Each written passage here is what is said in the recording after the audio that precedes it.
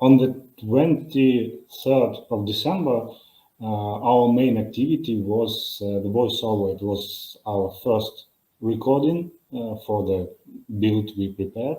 Major and fun activity, very entertaining. A lot of guys participated, and it was internal voiceover. It's not the kind of we ordering from some outsourcer. It was all our designers, developers who who help our sound designer to create it. And nobody expected what is going on to be next. We create several plans for different escalation situations.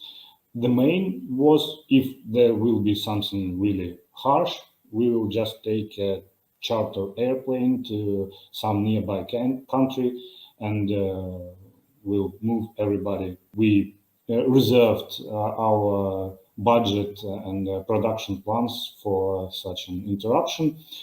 Besides that, we suppose that there will be no major conflict, major war, and we just will be need to move our employees who live in more east to the safer places, maybe to Kiev and maybe somewhere west.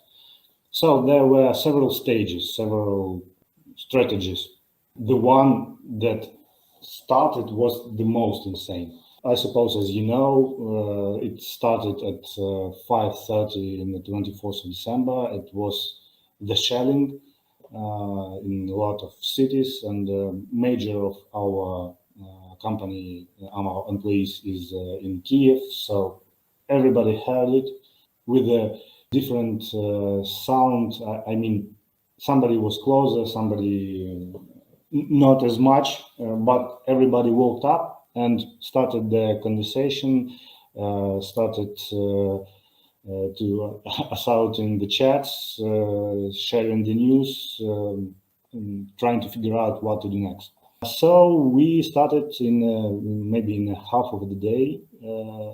We find out few buses that could transfer us out from Kiev. There are part of us, I will tell this in future, there are several of us who started the fight, there are several of us who attended in militia and in volunteers, but most of us had like a lot of relatives, children's, somebody we need to care about. And we provide everyone we could reach with a transfer. There were like 54 of us, I suppose something like 10 children and maybe 10 to 15 cats and dogs and weasels. It took there are a lot of transport, and a lot of guys spent more than 26 hours in a road. There were jams 100 and 200 kilometers long from western part, from eastern part to western part, but we did it. It was hard, but eventually we moved to Khmelnytsky, and we have a legal entity here. So it was our plan to move in here to make a temporary hub base where we could arrange a new work, new life. At that moment, lots of other companies booked hotels and recreation bases. Well, we didn't. So we had a plan and resort budget, but we had to find the places to stay. A lot of apartments were like totally empty, without furniture, without the simplest thing we need to live, like refrigerators and this stuff. It was another part of organizational. We bought all this stuff. We organized the decent human being type of living in apartments, just to create normal circumstances to live. We bought air mattresses, floor refrigerators. It became completely natural to share your blanket and pillow because it was not enough. That's where it became an insane team building. That's where our values become the most significant. It was the main time where we support each other. In next few weeks, everybody come through strange situation of realization that we are in a war.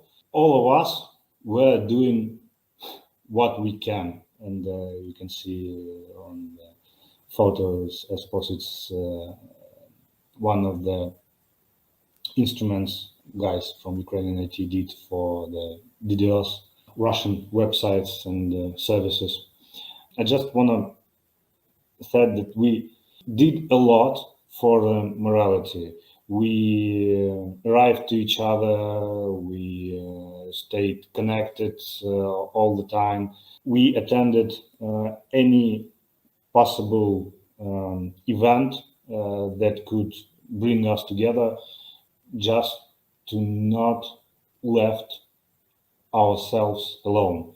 We became even more gathered, even more tight as a team, as a company than we was before, because it was one insane team building for us. Most of us already psychologically prepared and went through this with a smile on their faces and ready to fight back with all the possibilities we learned.